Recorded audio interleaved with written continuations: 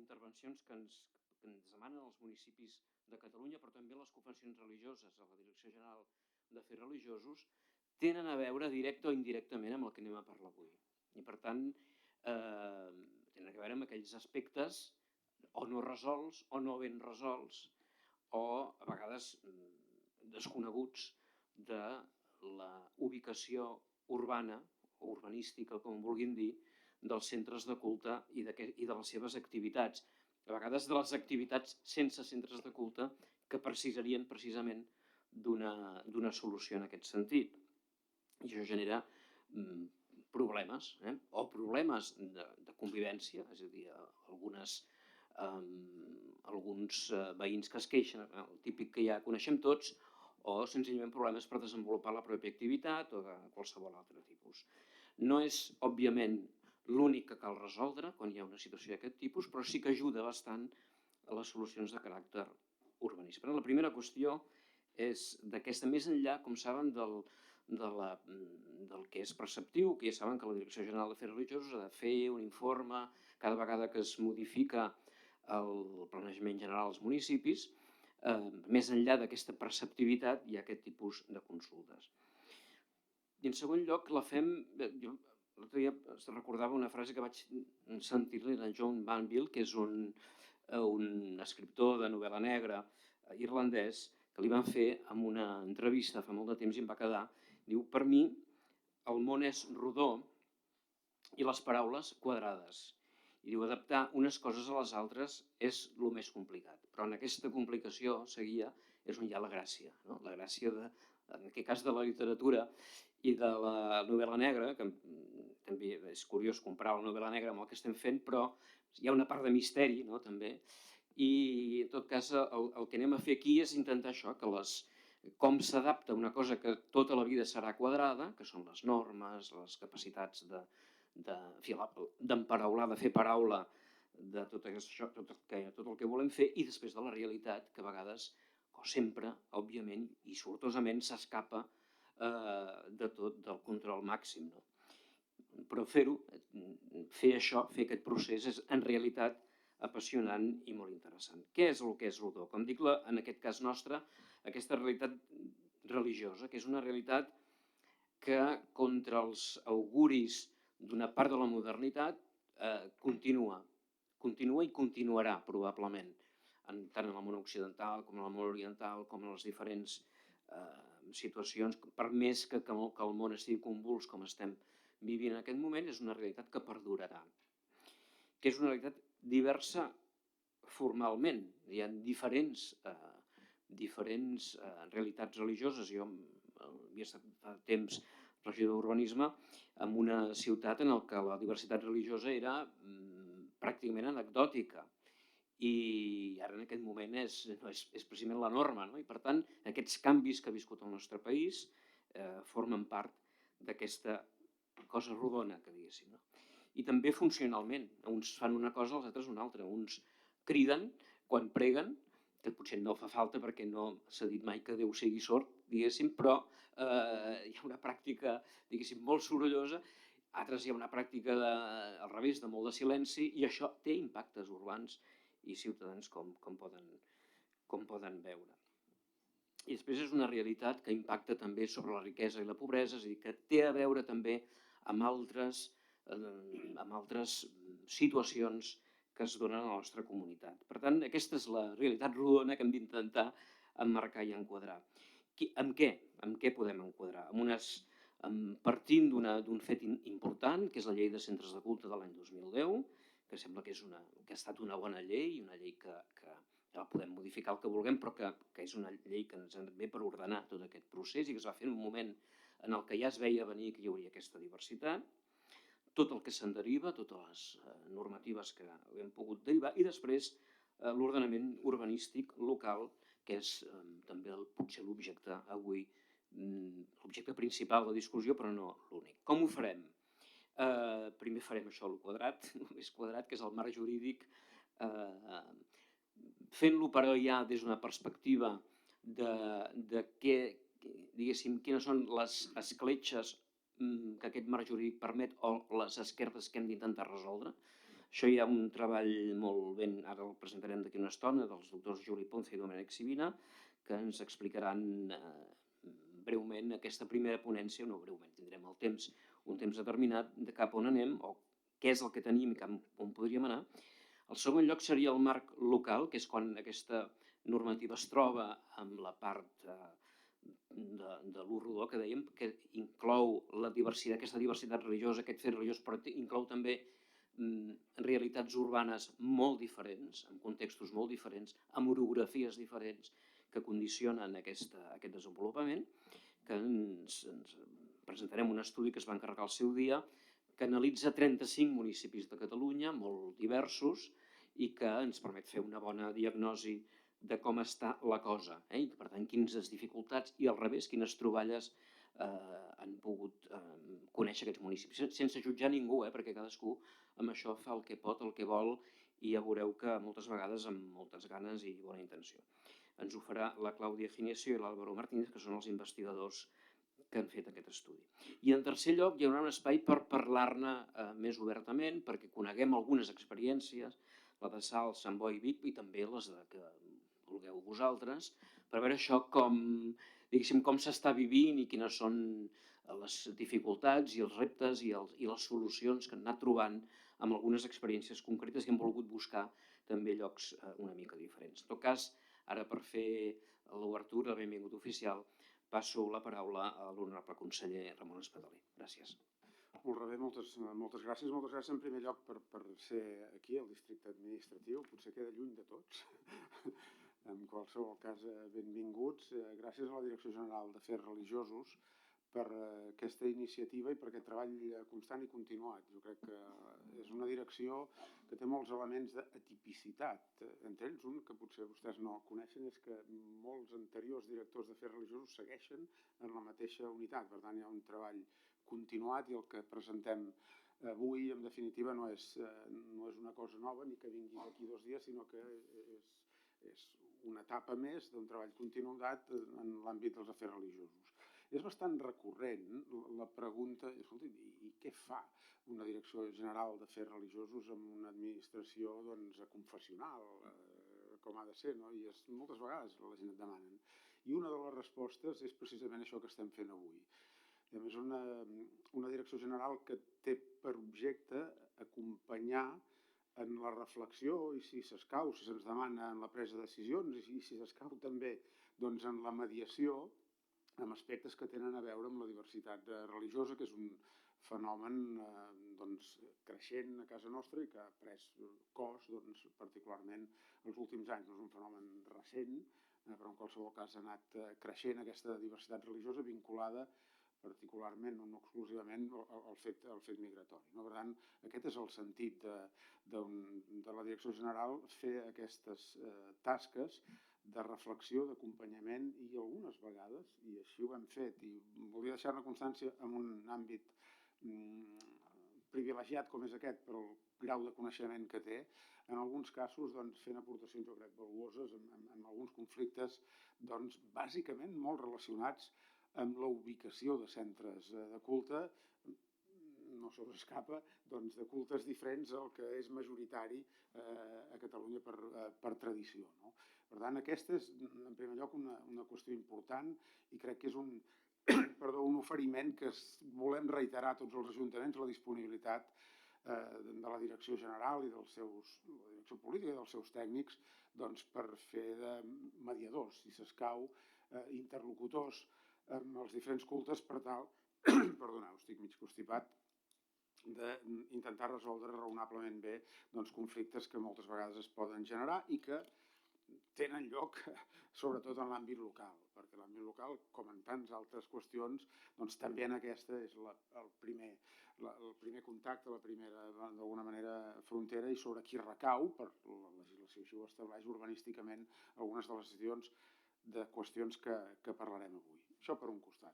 Per l'altre costat, sí que voldria compartir amb vostès, i crec que aquest és un entorn molt idoni per fer-ho, la preocupació que tenim com a govern de Catalunya per ser capaços de garantir la llibertat de culte. La llibertat de culte no és només, que també un dret fonamental reconegut a la Constitució i a l'Estatut, sinó que crec que té molt sentit, un sentit profund. I la llibertat de culte abasta tot el que són les creences amb la seva diversitat i el respecte per la no creença. Estem en aquest àmbit i així ha de ser en una administració i en un govern evidentment no confessional. No? Però en qualsevol cas aquest és un dret que d'alguna manera hi tenim massa indicis i el món local és un observador privilegiat de que algunes vegades, i no ens hem de remuntar gaire enrere, que hi ha hagut dificultats per la pràctica religiosa, per l'exercici real, tangible del dret de culte i no només en una única en una única confessió, sinó que hem tingut episodis, si ens remuntem aquest darrer any, en diferents àmbits. Per tant, sí que tenim, i el vam fer l'encàrrec, el Consell Assessor vam fer un encàrrec que ens va traslladar el president de quins són els elements que han de conduir i quines són les propostes que caldria fer per garantir plenament el que és un dret fonamental, que és el dret de culte. I això crec que té molt a veure amb el que parlem avui, tot i que avui ho afrontem des d'una perspectiva concreta. No?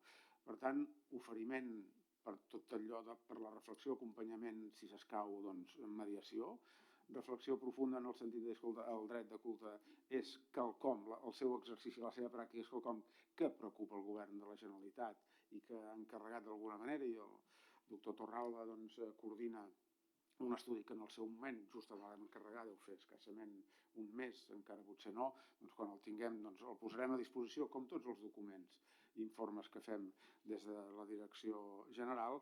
I tercera reflexió, que jo crec que ve a to en unes jornades com aquestes, que ja s'ha centrat molt bé i que l'interès no està en el que jo ara els pugui dir com conèixer aquests estudis, és que a ningú se'ls escapa, i aquí hi ha electes i tècnics municipals. Jo tenia un amic que els definia com electes i selectes. En qualsevol cas, hi ha les dues expressions, perquè he mirat el llistat de les persones presents, que aquest tema, i ara no frivolitzo ni cap broma, aquest és un tema que marca l'agenda política municipal en l'horitzó del que seran les properes eleccions municipals. Està present en el debat parlamentari, directe, indirectament, explícitament, implícitament, de manera pulcra la menor part de les vegades i molt barroerament i deliberadament la major part de les vegades, i a ningú se li escapa que segurament pot acabar sent un tema molt present en les properes eleccions municipals i en el disseny dels propers ajuntaments. Per tant, raó de més per fer reflexions compartides entre administracions, cadascú des de la seva pròpia responsabilitat, però aquest no és un tema innocu. Només cal obrir els diaris d'avui mateix, que hi ha aproximacions, parlo del cas concret de la ciutat de Lleida, amb temes que d'alguna manera s'havien enquistat. Ja veurem si es poden acabar resolent bé. Jo soc moderadament optimista, però en qualsevol cas aquest és un debat que està present a les ciutats, als municipis, als pobles, als barris, i que requereix d'aproximacions, de voluntat, d'entesa, de capacitat d'acord. Serà en la mesura que siguem capaços de resoldre això que farem dues coses: garantir la pràctica de la llibertat de culte com a dret fonamental que és, i aquest és un tema essencial per nosaltres, però garantir també la convivència, que això es faci d'acord i d'una manera pausada i harmònica en la mesura que en siguem capaços al si dels municipis, perquè aquesta convivència està molt amenaçada i moltes vegades, massa vegades, és precisament en el fet religiós, molt concretament, on s'estiren i es posen sobre la taula les diferències. Només una dada. La primera interpel·lació que va venir d'un dels grups parlamentaris que s'ha autodefinit com islamòfob va ser precisament sobre les mesquites salafistes que hi havia a Catalunya. La segona va ser sobre el vel. Per tant, aquest és un tema que molt deliberadament hi ha molts grups extrems que el pensen jugar, l'estan jugant i el jugaran. Raó de més perquè nosaltres tinguem espais de reflexió com aquest, i que no siguin reflexions teòriques, que també les necessitem. Necessitem l'aproximació, per dir-ho d'alguna manera, intel·lectual, des del coneixement jurídic profund, des del coneixement les necessitem, evidentment que sí, però també necessitem un diàleg franc, com el que espero que es pugui desenvolupar en aquesta jornada, sobre allò que vostès tenen sobre la taula dia sí, dia també, o de tant en tant, o s'ho poden trobar al llarg de la legislatura o ho tenen a la cantonada, i que hauran d'alguna manera de resoldre. Ara jo els voldria transmetre que la voluntat i la predisposició del govern a través de la direcció i de la conselleria i del conjunt del govern, en definitiva, doncs que no se sentin sols amb aquesta presa de decisions, que a vegades no tothom té totes les claus, ni seran perfectes, ni seran aplaudides per tothom. Però si tenim clar el vector, el nord, que és la garantia plena de la llibertat de culte i el marc legal i el camí, doncs jo crec que aquesta jornada ens pot enriquir. Ens pot enriquir sobretot a partir de les experiències de molts de vostès en molts ajuntaments, experiències que a vegades han estat més reeixides, a vegades per més bona voluntat que s'hagi posat no han acabat de reeixir, però que té molt de sentit que fem aquesta jornada. Per tant, espero que la puguem aprofitar al màxim i que no sigui l'última. Però jo celebro i agraeixo a la direcció general que més enllà d'impulsar diferents treballs sobre l'evolució, precisament, dels centres de culte que hi ha, de la implantació o d'altra mena, avui en dediquem a dos aspectes molt específics que tenen a veure amb l'urbanisme, però no ens equivoquem, no parlem d'urbanisme, parlem de drets fonamentals avui i de la seva pràctica i parlem de la seva gestió des del primer front de treball que és el món local i també un element de preocupació pel govern. Per tant, gràcies per ser aquí. Jo podré estar a la primera part, no a la segona, perquè tinc un altre compromís ineludible, però en qualsevol cas sí que tinc molt interès en escoltar i repescaré la segona part i la taula rodona perquè és d'interès pel departament i particularment per mi. Gràcies.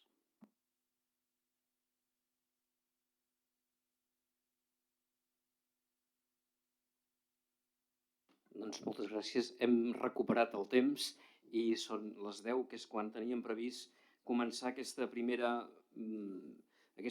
part. Quan vam estar preparant aquesta jornada, tothom amb qui parlava, qui és l'expert que ens pot venir a parlar, tothom ens parlava de la mateixa persona, en Juli Ponce, i el seu ajudant, diguéssim, el seu col·laborador, el Domènec Sivina, tothom ens parlava d'ell. I em sembla que això és un símptoma, o bé, que hi ha molt poca gent que entengui, cosa que tampoc crec que sigui la situació, perquè vam estar trucant a persones que ens van dir, ens van assessorar i ens van parlar d'aquest nom, sinó que es tracta d'una autoritat, una persona que hi entén, que hi ha treballat críticament i que, a més, ha fet estudis, alguns dels quals encarregats anteriorment per aquesta mateixa direcció general respecte d'aquest tema. Per tant, segurament tenim això, la persona més adequada. És catedràtic de dret administratiu de la Universitat de Barcelona, codirector de la càtedra Barcelona d'Estudis d'Habitatge, director del Seminari del Dret Local. En fi, no segueixo amb el currículum perquè llavors ja faríem tard, perquè es tracta d'una persona, com dic, molt experta, i el seu company, el senyor Domènec Sivina, també és professor administratiu a la mateixa universitat, especialitzat en àmbits d'urbanisme i ordenació del territori, drets locals, polítiques públiques d'habitatge, i ha treballat en diferents administracions públiques, perquè també coneix l'altre cantó del taulell i, per tant, ens anirà molt bé la seva participació. Sense més, tenen la paraula. Gràcies.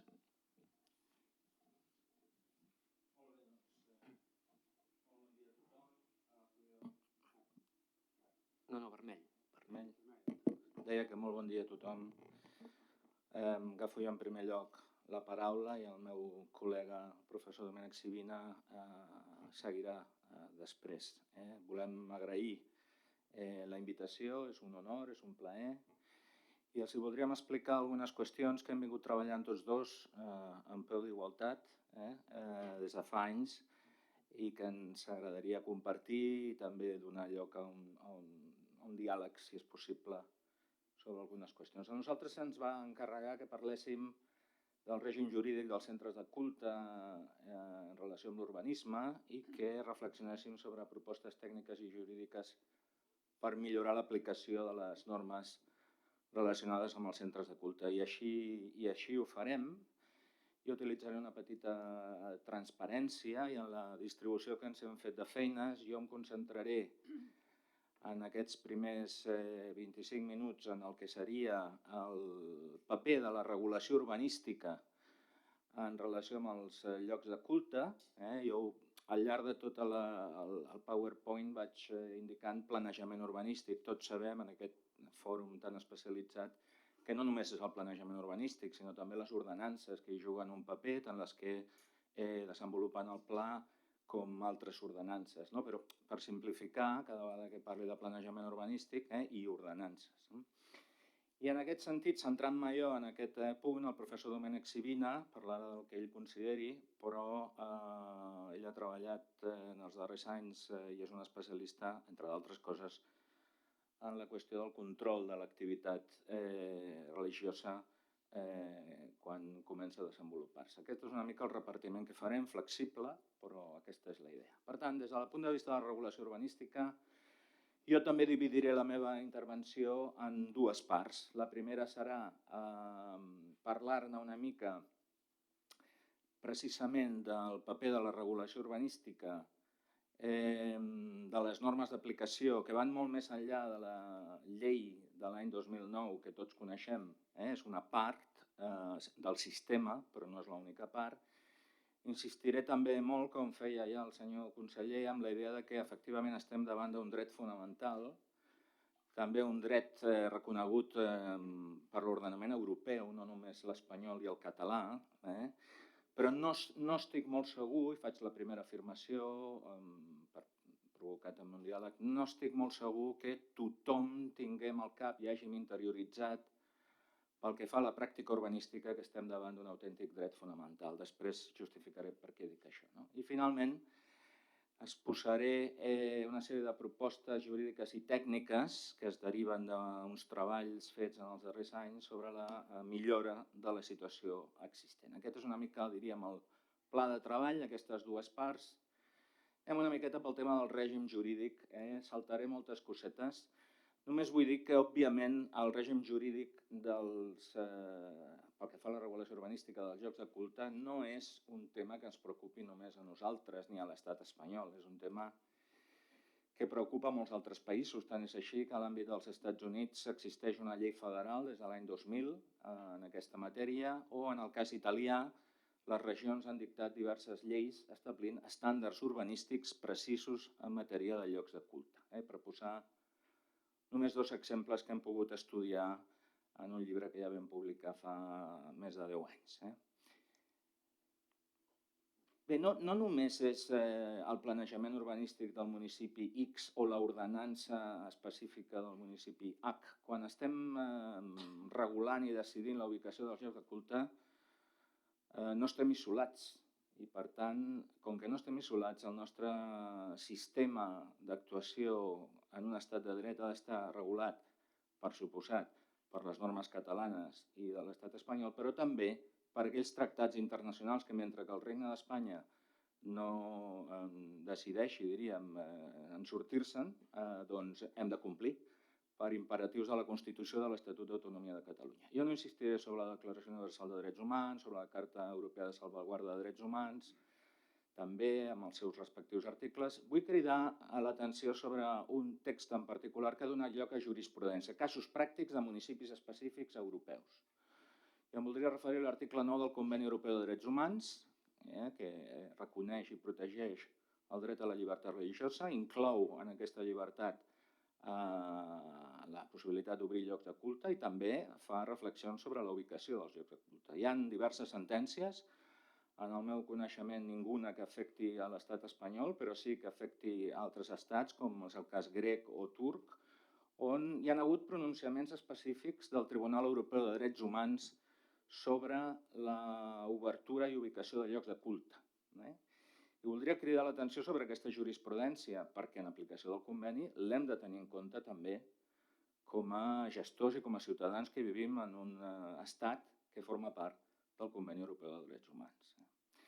Per suposat, des d'una perspectiva general, de nou, vull insistir en que, més enllà de la llei de l'any 2009, que ara hi entrarem, doncs tenim una sèrie d'articles a la Constitució espanyola, evidentment l'article 16, tots el coneixem, però molt més que això.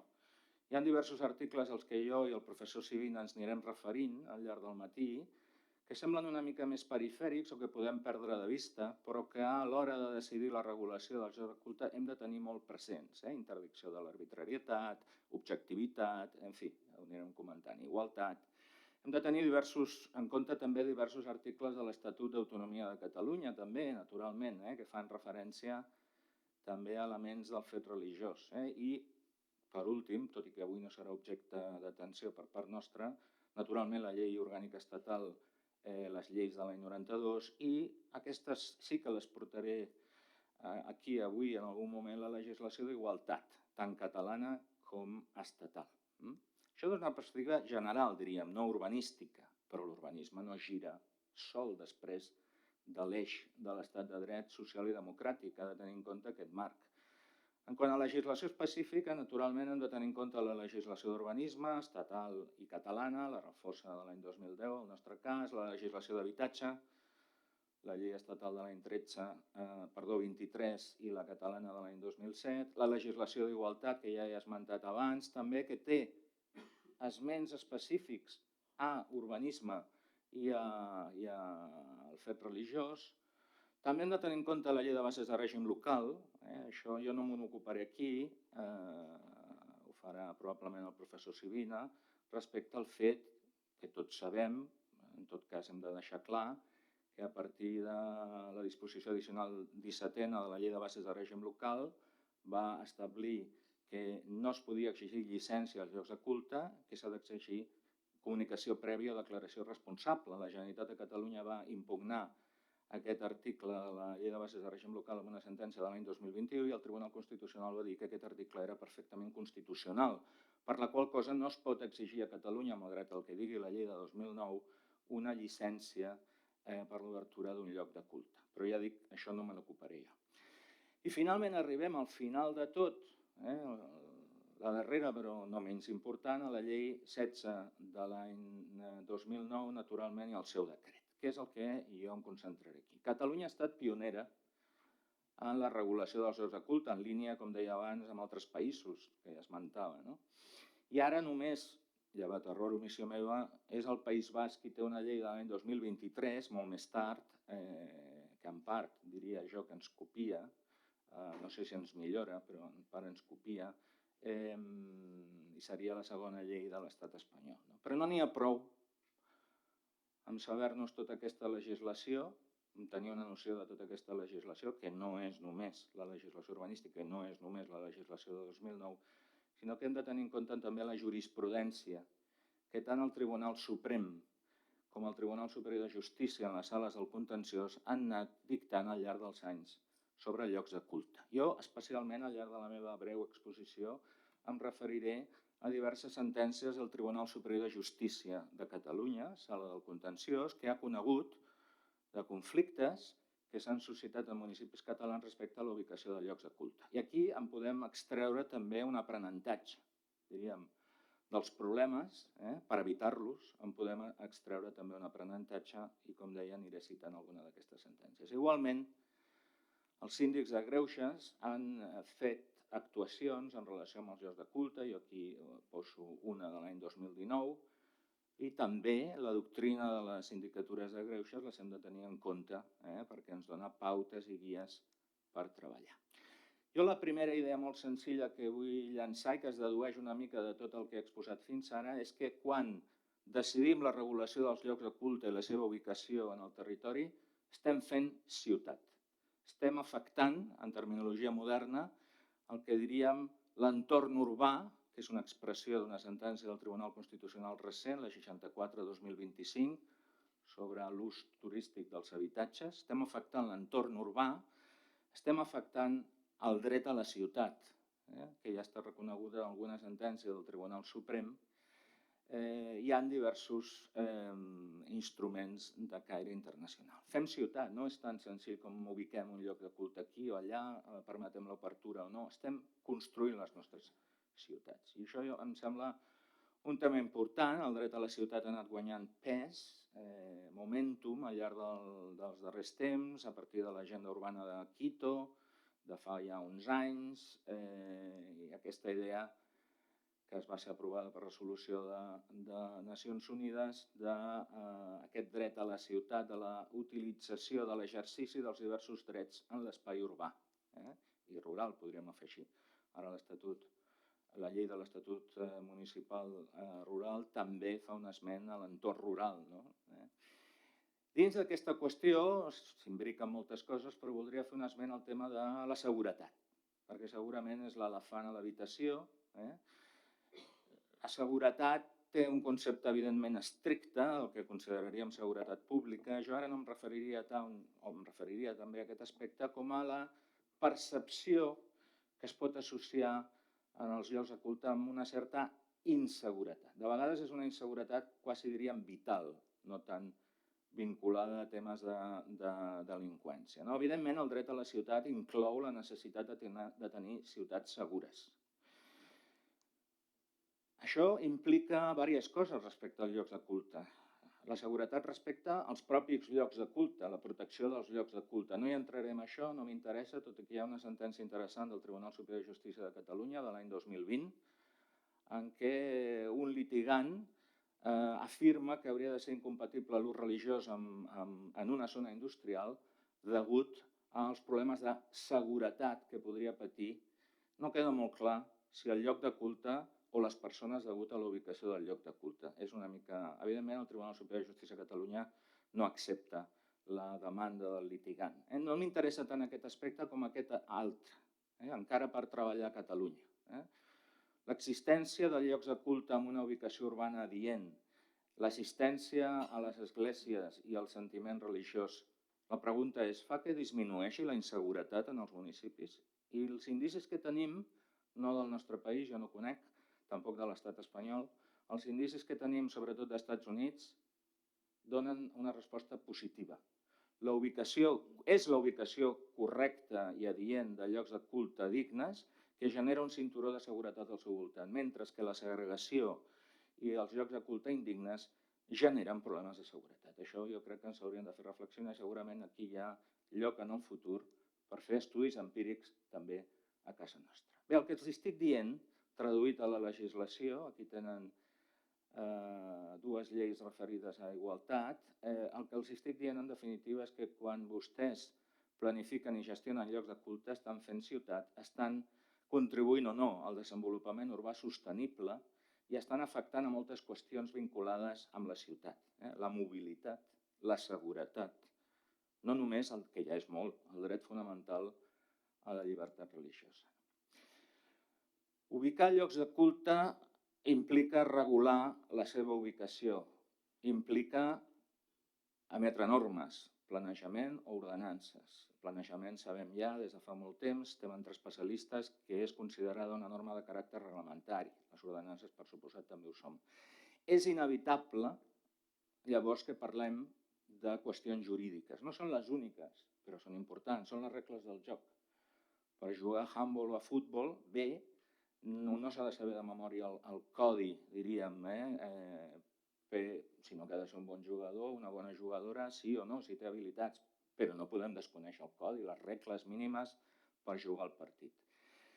La primera regla mínima és que no es pot contraposar democràcia a dret. Estem en un estat social i democràtic de dret. La legitimitat democràtica dels electes no pot ser contraposada, no té sentit, senzillament és una aberració, contraposar-la a l'existència d'un estat de dret que ens separa de la jungla i el respecte d'unes regles que ens hem donat entre tots de mínima convivència. Això implica que tenir discrecionalitat urbanística per ubicar llocs de culte no implica fer qualsevol cosa de qualsevol manera. No és possible. No és possible tenir una llibertat d'elecció absoluta sobre si hi haurà llocs de culte i a on s'ubicaran, al·legant una discrecionalitat derivada de la legitimació democràtica. Hi ha una sèrie d'orientacions i límits jurídics, jo he citat una sèrie de normes estatals i europees que guien aquesta decisió. Òbviament hi haurà espais volitius amb marges d'apreciació, però sempre orientats i limitats perquè estem en un estat de dret, senzillament. Jo no els vull avorrir aquí amb tècniques ben conegudes de control de la discrecionalitat urbanística, del planejament i de les ordenances. Els poso aquí una petita checklist amb les fi, tots ho sabem, el control dels elements reglats, els principis generals del dret. Permeti'm, a la vista de 2 informes que jo els hi explicaré ara, que em centri en 2 o 3 aspectes sobradament coneguts, però a vegades la nostra percepció és que oblidats, potser, en l'àmbit del dret fonamental a la llibertat religiosa i l'obertura de llocs de culte. Permeti'm que insisteixi en la idea de que en un estat de dret no és possible la discriminació. I, per tant, la igualtat i la no discriminació implica elements vinculats a la cohesió social i territorial, que estan també al seu torn lligats al desenvolupament urbanístic sostenible, article 3 de la reforça de 2010, i, per tant, la prohibició, òbviament, de la segregació urbana, en aquest cas de la segregació religiosa. Tornem una altra vegada en aquest cercle a la idea del dret a la ciutat. Naturalment, hi ha discriminacions molt grolleres, molt evidents. Hi ha discriminacions més sutils, però no per això menys contràries al Conveni Europeu de Drets Humans, a la Constitució o a l'Estatut i a la legislació vigent, com és el cas de la discriminació indirecta. Adoptar mesures que a primer cop d'ull semblen neutres, però causen un perjudici específic a algun grup, alguna persona o algun grup, o en aquest cas alguna confessió. I, per tant, torno a la llei 19/2020, que és una llei també aplicable, és una llei urbanística, si ho volen dir d'aquesta manera, perquè l'hem d'aplicar també quan fem urbanisme, quan fem ciutat. De la mateixa manera, la llei estatal permet al·legar aquesta discriminació invertint la càrrega de la prova i facilitant a les persones que se senten discriminades la seva al·legació. En fi, aquestes qüestions no són qüestions només que preocupin de nou a Catalunya, sinó que altres països, en aquest cas els hi poso un informe britànic de l'any 2005, doncs ja fa anys que estan damunt de la taula. Igualment, el principi de proporcionalitat no l'hem d'oblidar quan planifiquem. El principi de proporcionalitat exigeix que les mesures que adoptem respecte als llocs de culte cerquin una finalitat d'interès general.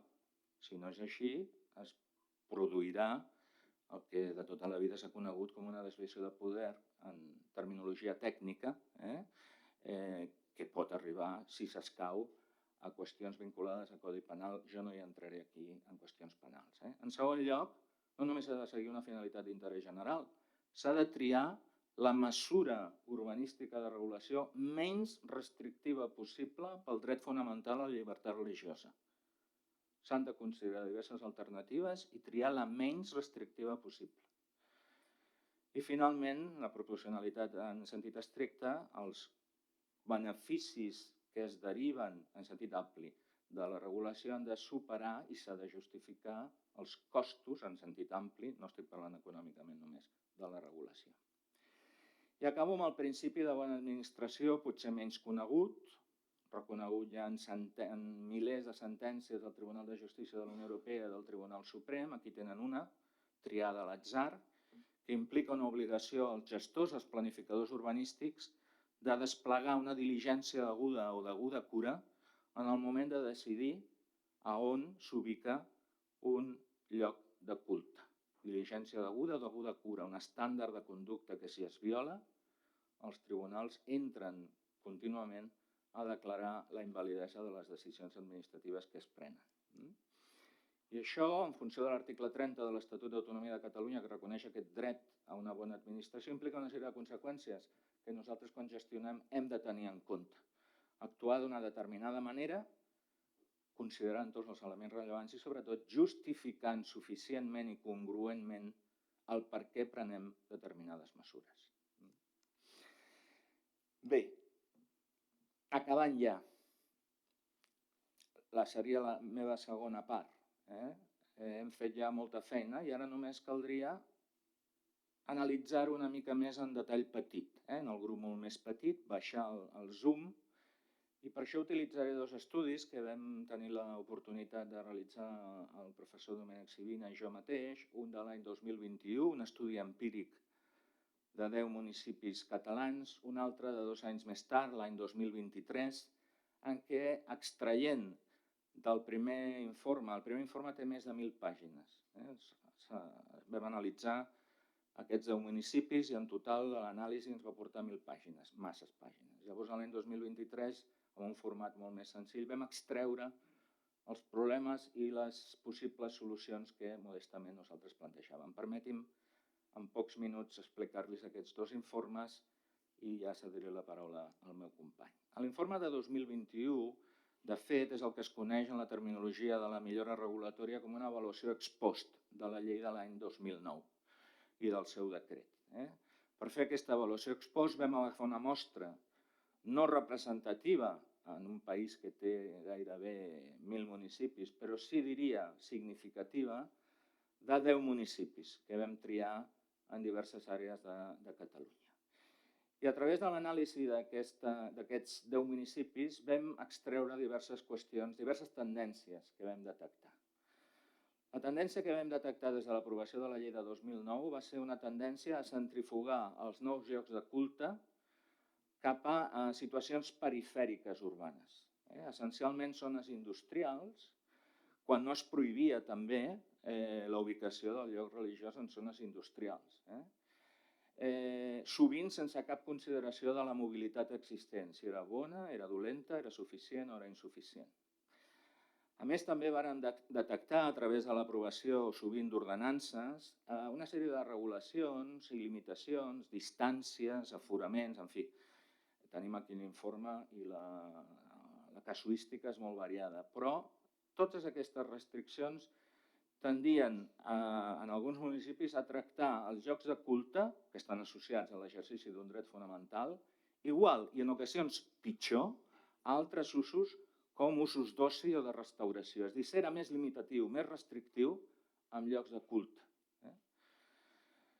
I, a més, amb una justificació molt, diríem, fluixa, si és que existia justificació. I això presentava, naturalment, problemes respecte als principis que jo els he explicat de bona administració, proporcionalitat i no discriminació. En l'àmbit, per exemple, del sòl no urbanitzable, també cal tenir que, com ara direm, els llocs de culte presenten un interès social i, per tant, l'interès medioambiental, que és sens dubte rellevant, s'ha de ponderar igualment amb aquest interès social. No és absolut l'interès mediambiental. El resum molt apretat de la nostra experiència i de l'anàlisi és que els llocs de culte, després de la llei de 2009, han passat a ser considerats d'equipaments religiosos amb una connotació positiva, estem parlant de la nostra història, de la història del nostre país, que és la que és, si bé històricament havien tingut una connotació positiva com a equipaments, ara han passat segurament a ser considerats un problema urbà. Ha canviat el panorama, s'ha parlat abans de diversitat, i també ha canviat segurament la percepció, almenys a la vista dels planejaments aprovats. I en les regulacions urbanístiques el que ha succeït és que si abans, en la nostra història, els llocs de culte eren equipaments, estaven ubicats generalment en equipaments religiosos de la confessió catòlica, ara el que ha anat succeint és que no s'estan ubicant en equipaments altres llocs de culte i, a més, estan posant dificultats en les zones urbanístiques amb restriccions. Després, segurament, el meu col·lega, el professor Sivina, ho acabarà de concretar. Aquest seria una mica el panorama general de les tendències. Hi ha de tot, naturalment, també hi ha bones pràctiques, després em referiré a alguna d'elles, però és la tendència que podem identificar amb aquest informe de 2021. I aquesta tendència, que jo els he explicat el problema principal, s'expressa en 8 problemes, que jo passaré a explicar telegràficament per acabar ja. No explicaré el 8è, que és l'impacte precisament encara per solucionar a casa nostra, podríem dir el buit, l'error vacui que ha generat la disposició addicional 17a a la llei de bases de règim local, que impedeix establir una llicència per l'obertura de llocs de culte i la manca de regulació existent sobre la comunicació prèvia i la declaració responsable. En podrem parlar durant tot el matí, m'imagino, però sí, permeti'm, 30 segons sobre els altres 7 problemes que es deriven d'aquesta conclusió major que jo els he expressat sobre llocs de culte com a equipaments i llocs de culte ubicats en zones.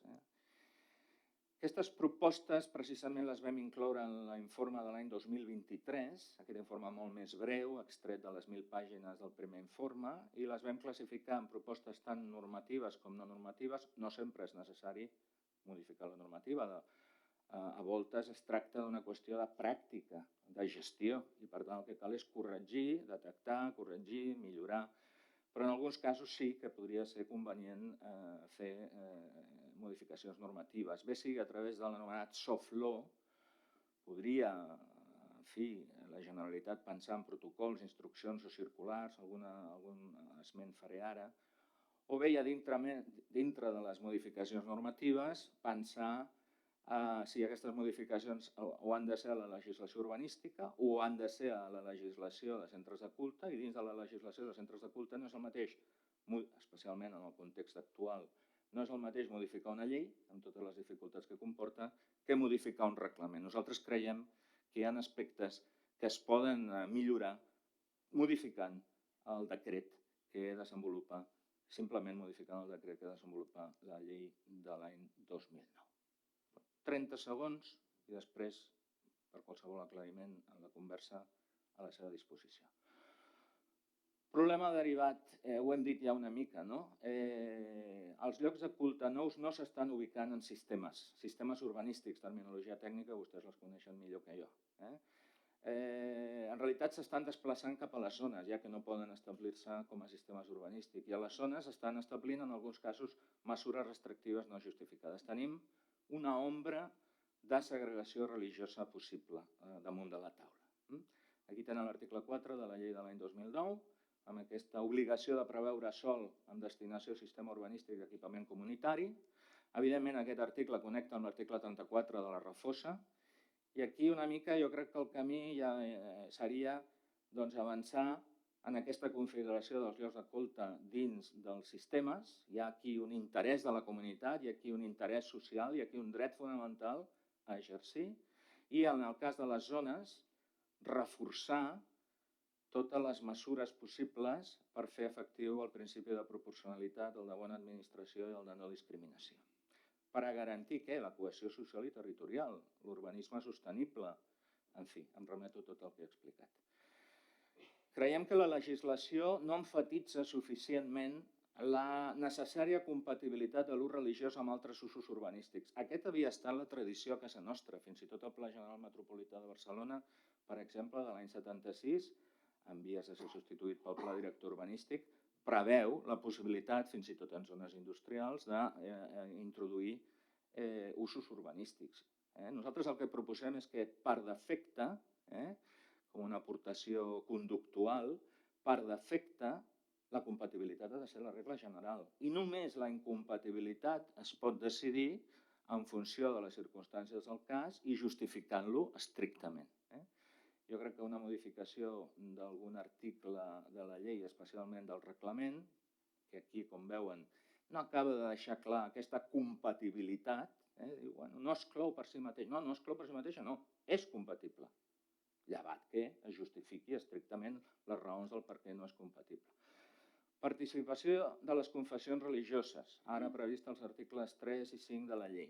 Ja creiem, detectem, no som els únics, un problema amb la participació. Nosaltres proposem, hi ha moltes mesures, però proposem mesures normatives que ajudin, diríem, a promoure aquesta participació. A través d'una notificació específica a les confessions religioses per cridar-les a participar en el procediment d'elaboració de l'ordenació urbanística, sigui en tràmits generals en la legislació urbanística, sigui en la normativa específica de llocs de culte. Per tant, segon problema detectat i solucions que proposem. És evident que alguns municipis estan fent bones pràctiques, que també és bo que es coneguin, no? La sentència del Tribunal Superior de Justícia de Catalunya de 8 d'abril de 2019 coneix d'un cas d'impugnació d'un pla d'urbanisme. Unes empreses d'un polígon industrial es preocupen per una segregació religiosa, cosa que és d'agrair, i no volen que s'instal·li un lloc de culte a la zona industrial. Hi ha tota una consideració sobre el planejament urbanístic i es té molt en compte el nivell de participació i la justificació en la memòria del planejament de la participació desenvolupada. Jo crec que és un exemple de bona pràctica.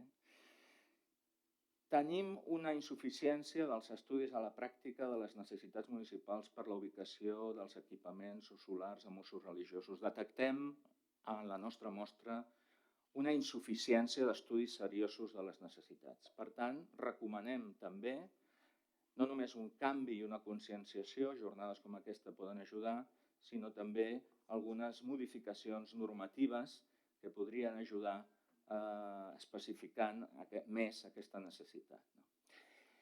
En la mateixa línia es podria considerar, seguint l'exemple italià, regional, diverses regions d'Itàlia, l'establiment d'alguns estàndards urbanístics específics. Actualment sabem que hi ha estàndards urbanístics globals però no específics. Els nostres col·legues italians han establert estàndards urbanístics específics, tots coneixem la tècnica dels estàndards urbanístics, per fixar específicament la superfície de llocs de culte necessaris. Una cosa a considerar. No és propi de la nostra cultura, sí, en altres casos, no pel que fa als llocs de culte, però no ho hauríem de descartar. Hi ha tota una sèrie de consideracions, jo no hi entraré si volen després, i això és més intern, però tota una sèrie de consideracions sobre l'informe de la Direcció General d'Afers Religiosos. Vostès saben que l'article 85 de la Refosa de 2010 preveu l'existència dels informes sectorials necessaris. És evident que l'informe de la DEGAR és preceptiu però no vinculant, però no està ben, considerem, ben prefigurat aquest informe de la Direcció General d'Afers Religiosos, que entenem que és de gran importància i de gran utilitat, amb la voluntat que entenem de la DEGAR, i així ho podem comprovar en sentències i en casos concrets, de sempre d'ajudar. És dir, mireu això, alerta amb allò. Per tant, creiem que es podria cuidar més la legislació de l'informe de la DEGAR per evitar, diríem, problemes posteriors que poden sorgir en el moment de l'aprovació definitiva autonòmica. De fet, hi ha una sentència del Tribunal Superior de Justícia de Catalunya, 31 d'octubre de 2013, àrea metropolitana de Barcelona, municipi de l'àrea metropolitana, tota una discussió sobre la segregació d'un lloc de culte on hi ha una intervenció de la Generalitat de Catalunya a través de l'aprovació definitiva i efectivament se li diu al municipi vostè no ha justificat per què s'agrega aquest lloc de culte. Arriba al Tribunal Superior de Justícia de Catalunya i accepta perfectament aquesta intervenció perquè, fonamentat en l'article 90, com sabem, de la legislació urbanística catalana, es poden controlar aspectes tant de legalitat, com en aquest cas, com d'interessos supralocals. Potser la DEGAR podria considerar l'utilització d'algun tipus de checklist o llista de comprovació purament interna, però que els municipis sapiguessin també una mica què els demanarà la DEGAR amb el seu informe. En fi, es podrien parlar de més coses, pensar en l'informe com un informe vinculant, la possibilitat fins i tot de pensar, per què no, acabem d'aprovar un pla territorial sectorial d'habitatge, per què no un pla territorial sectorial d'equipaments i usos religiosos? És dir, coordinar els interessos locals amb uns interessos supralocals de cohesió social i territorial. Això donaria més, diríem, fonament tant als informes de la Direcció General com a les aprovacions definitives de la Generalitat. Finalment acabo amb l'última qüestió. La llei i el reglament en general tenen deficiències o han detectat deficiències en la terminologia urbanística que utilitzen.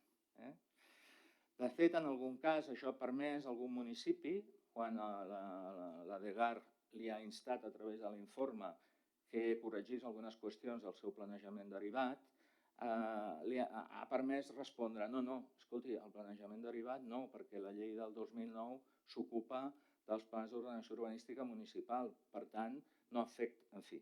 Creiem que s'hauria probablement, vegin aquí les expressions que utilitza la llei, no són molt acurades, no?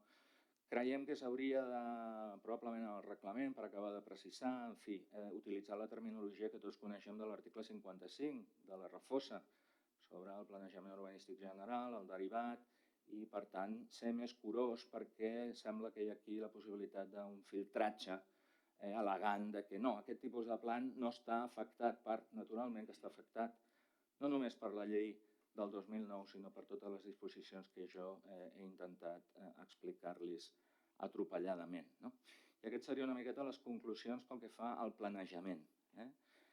Qüestió diferent és ja l'obertura del lloc de culte i el seu funcionament i les qüestions de seguretat, etc., que jo no abordo en aquesta primera part. I donaria la paraula al meu col·lega, el professor Silva. Continuo, anirà sortint, suposo, no? es preguntaran de què parlaré jo. Perquè, clar, explicat el marc normatiu, la interpretació jurisprudencial, el plantejament de l'informe i les propostes de l'informe, està per dir, bueno, i de què parlaré jo? Intentaré parlar de tot això que hem assenyalat, projectar-ho sobre el que està passant. O sigui, jo el que ara intentaré molt breument és dir tot aquest arsenal d'idees, de tècniques jurídiques, com el tindrem que fer conviure amb la realitat que tenim cada dia. Què és aquest? Fixeu-vos, jo faig un sumari i dic la paradoxa del problema que tenim plantejat. La primera idea que vull transmetre estava en l'informe. És a dir, quan s'aprova la llei de centres de culte, tot el planejament vigent a Catalunya parteix de la base que l'ús religiós és possible a les zones residencials i està prohibit a les industrials. Llavors, quina és la preocupació que té la llei de centres de culte? No té cap preocupació per les zones. Les zones no li preocupen perquè la realitat en aquell moment era irrellevant i es preocupa pels equipaments. I es centra en generar, se suposa, sòl suficient perquè hi hagi equipaments, nous equipaments religiosos. I què passa? Que la llei posa l'accent en aquest extrem i la realitat va en direcció a les zones. Per tant, les tècniques inicials que la llei preveu de crear nous equipaments no acabarà donant resposta al problema principal que tindrem. En l'estudi que després es traurà, jo crec que ho concreta i ho assenyala. És a dir, s'indica que, encara que hi hagi uns percentatges que volen despistar una mica, veureu que en sistemes hi ha un nombre important d'Església Catòlica. La resta d'esglésies estan en zones. Per tant, el problema que teníem és la llei es preocupa que generin sistemes, es despreocupa de les zones i la realitat complexa que tenim se situa precisament a les zones. L'altra qüestió, el que acaba sent molt rellevant, o sigui, jo ara intento tota aquella tècnica que la generem sobre el que estem fent. Estem establint, a part de les típiques reserves ús, zona, ús permès, no permès, equipament, tenim el que són les condicions d'emplaçament d'usos, les condicions singulars, les condicions tècniques. A què m'estic referint? El primer que m'estic referint és que això ja no ho fem només en plans urbanístics.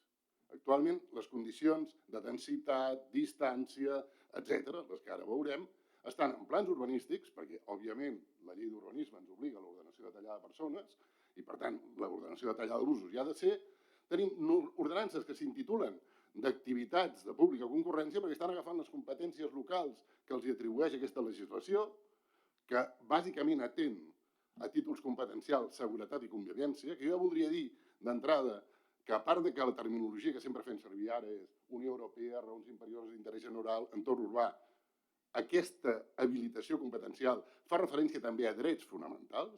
El domicili, la inviolabilitat del domicili és un dret fonamental i les immissions en el domicili és un dret fonamental, tan fonamental com pugui ser la llibertat religiosa, i la seguretat, òbviament, és un dret fonamental.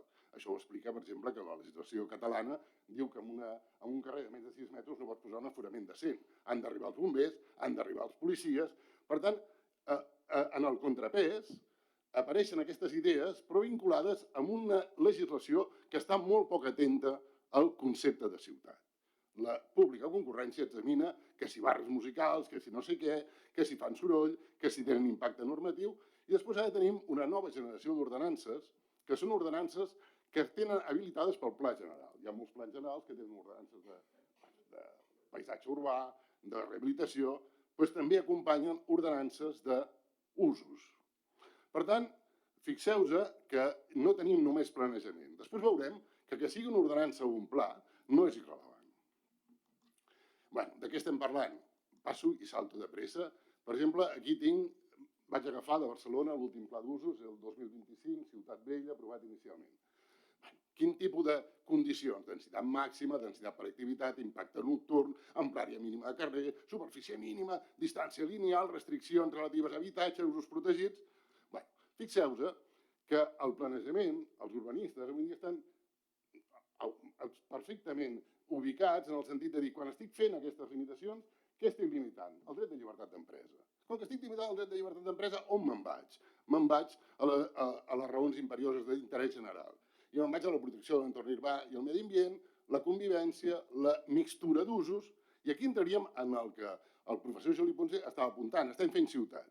Però clar, és que no només fem ciutat. En aquest cas, a l'afectar un dret fonamental, el raonament no es pot quedar només amb la lògica que feu servir habitualment per atendre les disposicions relatives a raó imperiosa i interès general. Estem afectant drets.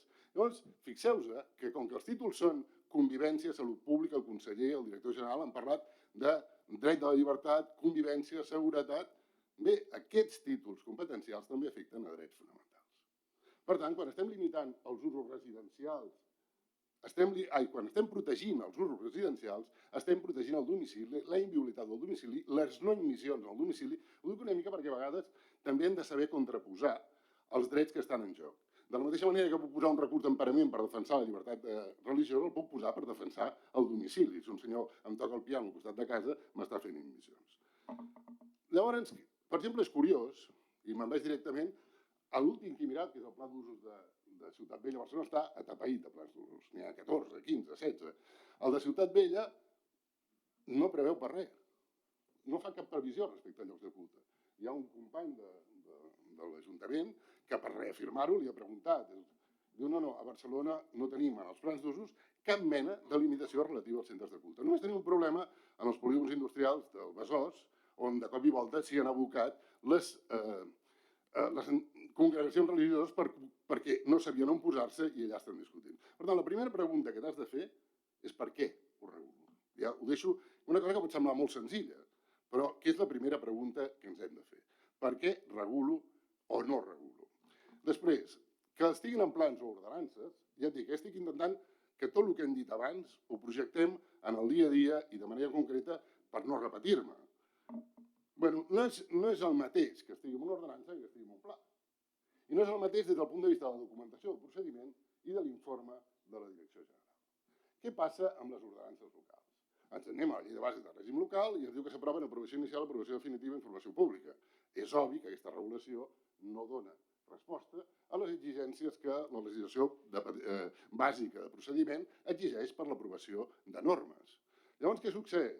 Que cada ajuntament és conscient de que ha de procedir a integrar les normes que regulen l'actuació normativa, però clar, queda un ampli marge de decisió. Per exemple, aquí cito el Ponce en el seu manual, quan diu cal interpretar d'acord amb aquesta afegint els tràmits no previstos expressament. Llavors trobareu instruccions, hi ha instruccions de diferents municipis, aquí agafo una instrucció que és de l'ECN, però bueno, de Barcelona, i clar, que genera una instrucció i diu s'ha de fer una memòria. Però ja no parla dels informes. És a dir, tu te'n vas al planejament urbanístic, saps que has de fer memòria, saps quin informe, saps el contingut de la memòria, tu te'n vas a fer una ordenança i en principi saps que has de fer una memòria d'impacte normatiu, però el seu contingut té un àmbit de discrecionalitat i una imprecisió que fa que no sigui el mateix. Està fent un pla des del punt de vista de motivació, de memòria, d'arsenal de control de la discrecionalitat del planejament, que quan estàs fent una ordenança. I per altra banda, els informes. La Direcció General, algun ajuntament li ha enviat un informe de manera voluntària perquè el faci, però no té, en principi, una habilitació normativa expressa perquè li sigui requerit l'informe quan fa una ordenança. Això em porta, per exemple, al cas de Lleida, aquesta era una ordenança típica de pública concurrència on inclou, en aquest cas, els llocs de culte. Però fixeu-vos, i aquí m'ho saltaré perquè el professor Juli Ponce ja ho ha parlat, que l'informe de la Direcció General no es pot limitar, crec, només a assenyalar estrictament si es compleix aquella previsió de l'article 6 conforme s'ha previst sòl per nous equipaments. Jo crec que ha d'atendre quina és la finalitat principal de la llei. El seu objecte és garantir la llibertat de centres de culte com una manifestació de la llibertat religiosa. Per tant, crec que aquest informe pot examinar de manera completa, sistemàtica, utilitzant totes les tècniques que li calguin, no només concretament si hi ha equipaments o no, sinó aquell pla, aquella norma, aquella ordenança en si mateixa vulnera o no la dret de llibertat religiosa. Tot l'arsenal que ha explicat el professor Juli Ponce el projectaríem en aquests casos concrets.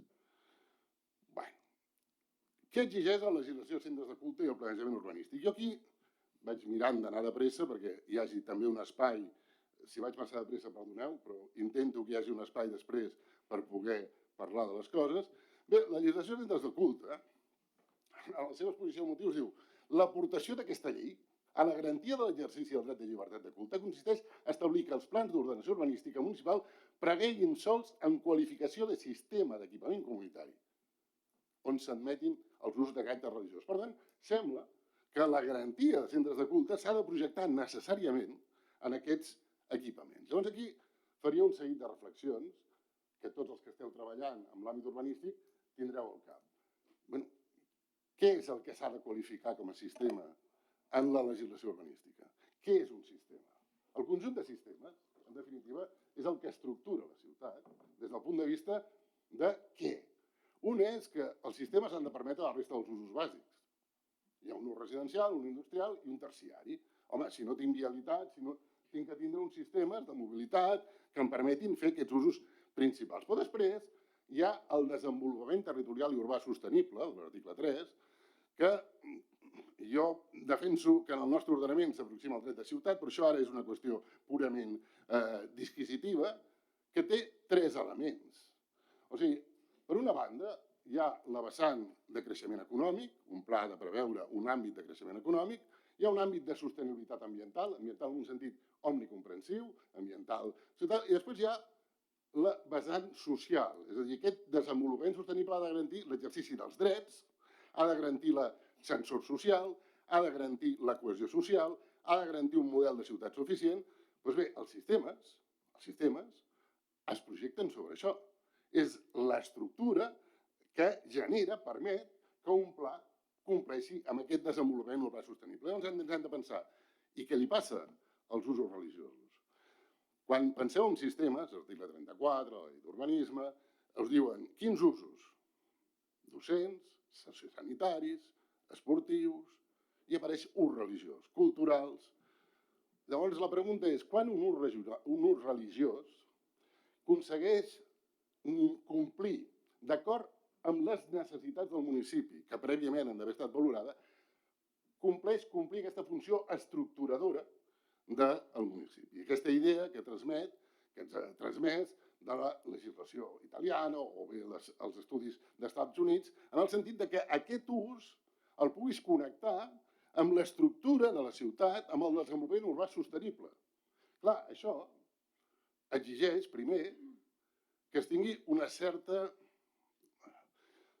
sensibilitat a l'hora de treure's de sobre una mica els recorreguts històrics que tenim quan construïm el model de ciutat, quan construïm el model d'estructura, que obeïm a paràmetres que normalment sí que atenen la cultura, atenen l'esport, atenen els usos sanitaris, sociosanitaris, però és molt més difícil interioritzar que l'ús religiós estructura la ciutat. Per què? Perquè jo, per exemple, segurament no he trepitjat una església des que vaig sortir del col·legi, però això no vol dir que la societat no tingui necessitats religioses. I a vegades tenim aquesta generalització empírica que des de les nostres experiències personals fan que és irrellevant. Bé, jo l'esport el practico ara poc i no per això deixarà de ser irrellevant i vaig poc al teatre fa uns dies, però no per això serà irrellevant. Per tant, aquesta és una qüestió molt difícil de resoldre. I després la segona és, i no puc entretenir-m'hi, quan es permet que aquest sistema sigui privat. És a dir, quan aquesta estructura de la ciutat, del model de ciutat, a més no es fa amb equipaments públics, sinó amb equipaments privats. Perquè no oblidem que les entitats religioses normalment voldran equipaments privats o equipaments públics amb gestió privada. Clar, no tenim una reflexió prou acurada al respecte. Però clar, això és esgraonat. Per arribar a aquesta reflexió prou acurada, primer necessito estudis previs. Llavors jo, per anar molt de pressa, posaré un exemple d'un municipi al que li tinc molt apreci, o sigui que ningú es pensi que jo tinc cap mania del Tebre, però veieu que m'estic saltant moltes de les qüestions. Fixeu-vos com raona el municipi de Deltebre l'acompliment de la llei de centres de culte. I no estic acusant a Deltebre de res, Deltebre és un pla, i per això l'he citat, en cap diapositiva veureu cap població citada que és perfectament respectuosa amb el dret de llibertat religiosa. Però fixeu-vos el que diu. El POM, dins del sistema d'equipaments comunitaris, preveu un ús específic cultural, social i religiós a la clau E4. Jo dic una clau E4 amb reserves de sòl que hi poden haver culturals, socials i religiosos, on s'engloben, entre altres, els temples i centres religiosos. La proposta d'ordenació del POM reconeix les esglésies existents a l'actualitat, totes catòliques, qualificant la parcel·la que ocupen amb la E-clau E4. Així mateix, la normativa del POM inclou l'ús religiós dins del conjunt d'usos dotacionals, admès en la majoria de claus residencials.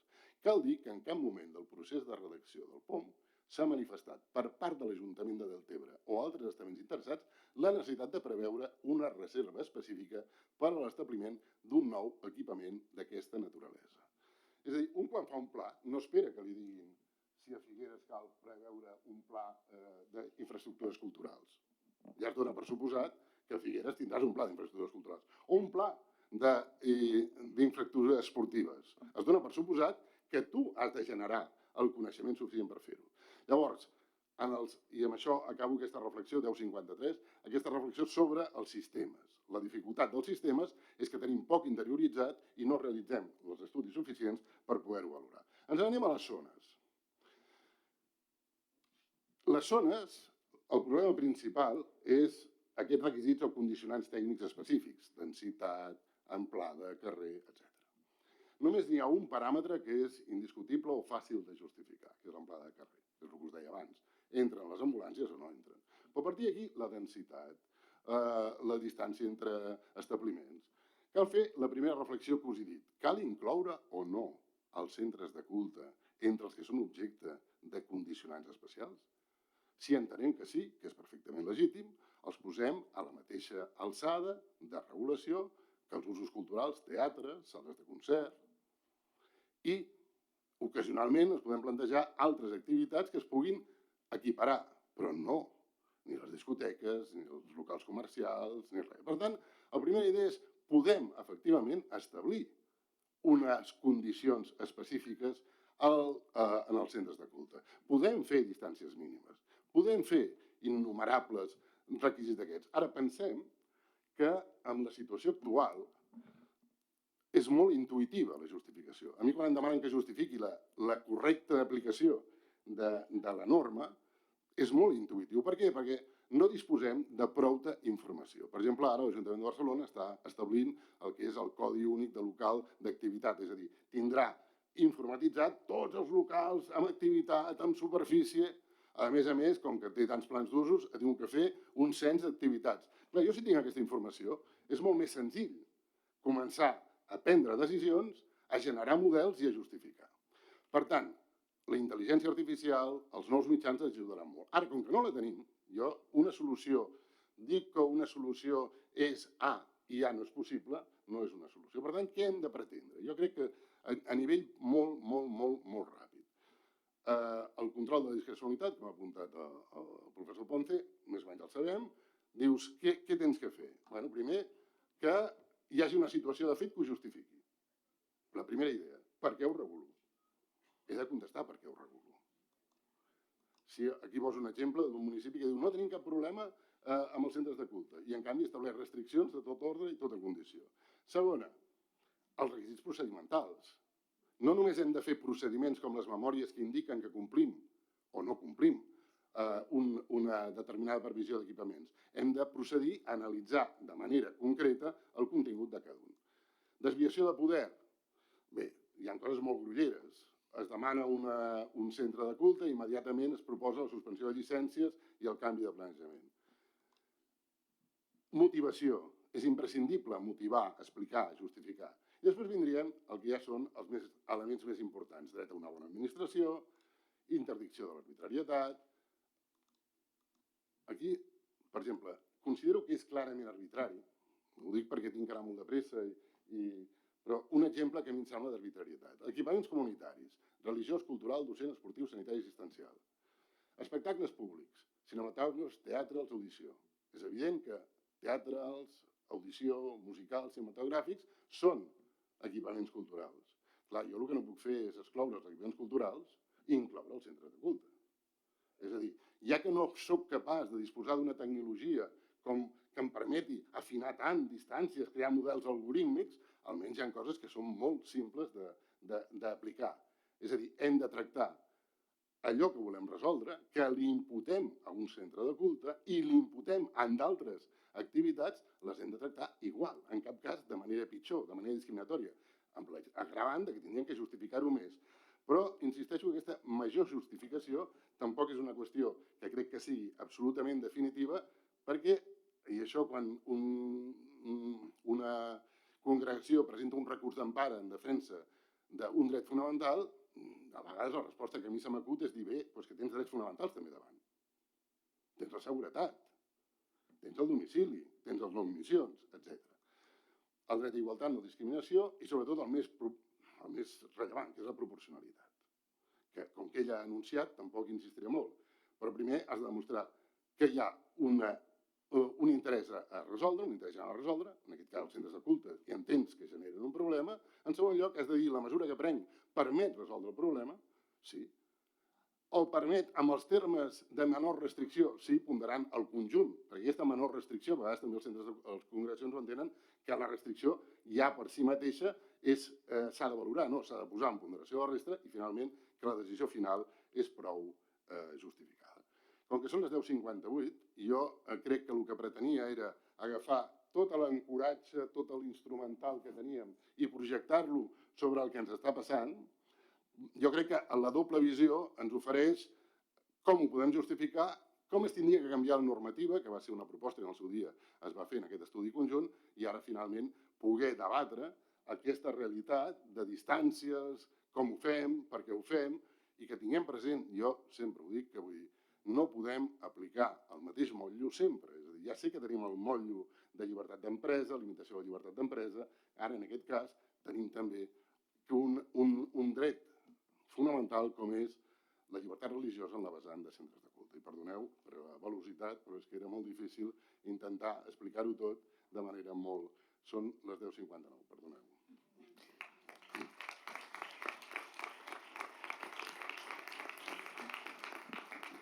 Moltes gràcies, professors, perquè més han esgotat exactament el temps que teníem, però llavors no tenim massa temps per si hi ha alguna pregunta. Jo, més que res que el cafè que tenim preparat aquí al porxo, ara sortint estarem fins a 2:15, que no se'ns refredi, però podem dedicar encara potser algun minut per si hi ha alguna pregunta. Aquí no es tracta tant de fer una tercera ponència, com a vegades tenim la tentació de fer, sinó algunes preguntes molt concretes als professors per si ha quedat alguna cosa o un dubte.